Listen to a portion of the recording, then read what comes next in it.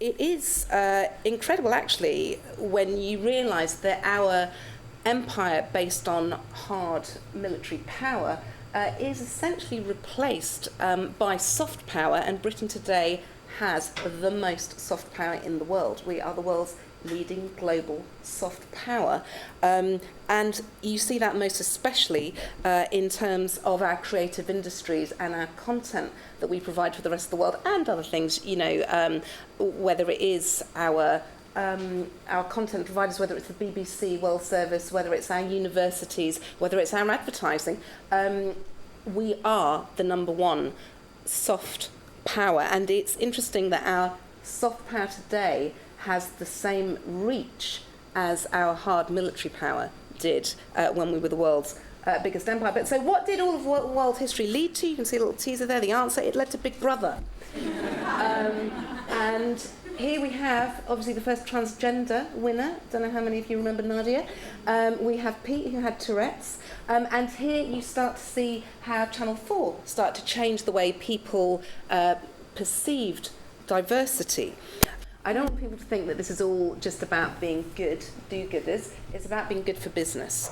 And this was research done by McKinsey Analysis, and they found that in general, and obviously this is in general, a company that is gender diverse is 15% more likely to outperform one that isn't, and a company that is ethnically diverse is 35% more likely to outperform one that isn't. So, you know, it's not like taking an ISIS approach to diversity. You will engage, you get your head chopped off. It's about saying, look at how anyone could benefit from this.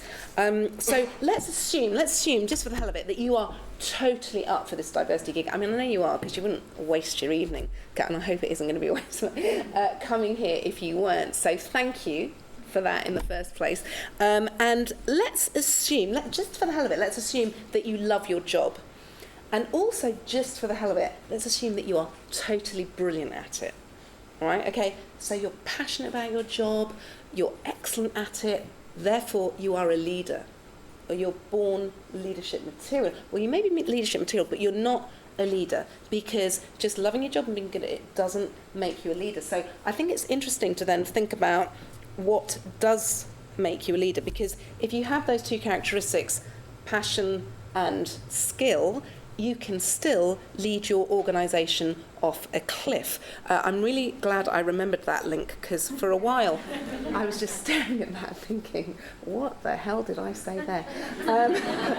But anyway, this was really brought back to me when I had a conversation with, a few years ago, about 2001, 2, with some BlackBerry executives. I was a Member of Parliament at the time, and I was a bag carrier, a PPS, a Parliamentary Private Secretary, for the Secretary of State for Trade and Industry. And so we went around meeting lots of businesses, as you'd expect, and this very senior BlackBerry executive, I remember him explaining to me why BlackBerry didn't face a challenge from Apple.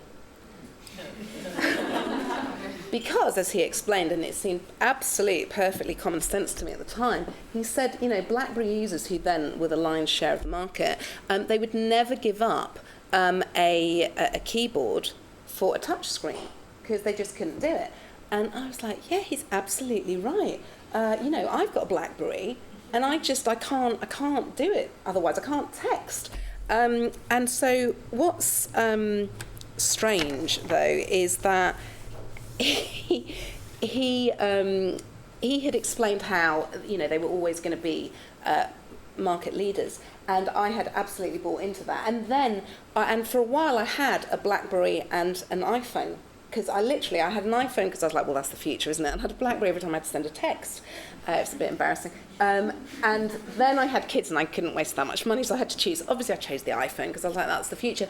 But I couldn't text for about 3 months. I did set out, however, to become the world's fastest texter on a touch screen, and I achieved that.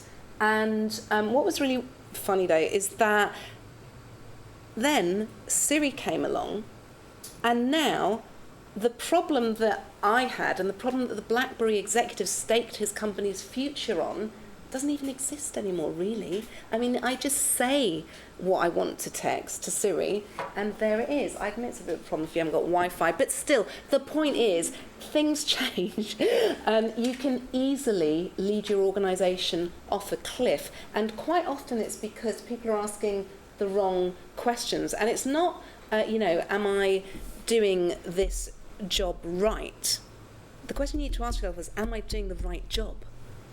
It's going from that macro to the 30,000 foot helicopter view, and people won't thank you for doing that, because imagine the BlackBerry executive who stood up and said, oh well, actually we're going to be wiped out because our keyboards are going to there's an automatic ice machine giving me trouble here, but I'm going to keep going, because we're going to be wiped out by that other technology that we can't imagine, and changing viewing habits that we can't imagine, and young people that we can't imagine. Can you imagine young people that buy BlackBerries? I mean, that's a hilarious concept now. Anyway, so people won't thank you for that, and it can be quite hard pointing out those things if you're from a different background, unless there's a culture of inclusivity where you work. And I remember another executive explaining this to me from Procter & Gamble, and he said that he realised, he became an advocate for diversity and inclusion in his business when he said, I had only ever met one black employee of, that was at a high enough level to kind of interact with him. And this black employee had said to him, all the nappies that we sell, all the disposable nappies, we've only ever marketed them at white people. There are only ever white people in the photos, and there are only ever white babies, and there are only ever white mummies on the packets of nappies. And I just wondered, do you know that, this is an African American, he said, do you know that 90% of African Americans in certain areas don't have access to washing machines? They are the ones that will absolutely have to go for disposable nappies. I mean, this is like in about the mid-1980s, more than anyone else. And so he said he changed his marketing strategy to the African-American community and made loads of money, and then thought, oh my God, why don't I have a more diverse workforce who can give me these different insights? I mean, it's an obvious point, but it's easy to forget. We all, on the whole, recruit in our own image, and any HR person will tell you, that's what happens. That's what human beings are programmed to do. That's a bit difficult for me because I'm black, Jewish, and a woman, and there just aren't that many black Jews that I know of waiting to be hired. But you can fall into that very easily. The interesting thing about cloning is that it's a higher hit rate. Like, if you either recruit in your own image or you clone, you have a higher hit rate. There are more come into existence, more beings come into existence, but they're all exactly the same. We know that they're clones. So if any problem or any challenge comes along, they all get wiped out. And extending the metaphor, your business gets wiped out. So that's why you want those diverse views around the table. It's, this thing of having a future or not having a future. I'm always thinking BlackBerry or Apple, BlackBerry, Apple, this thing of having a future or not having a future, it's such a fine line. He was in a fridge freezer with 30 other embryos.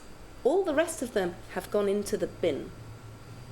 He exists because having a future or not having a future is the finest of lines. And you can apply that to individuals or organisations. There's nothing says that a huge mammoth organisation that is here today is going to be here tomorrow.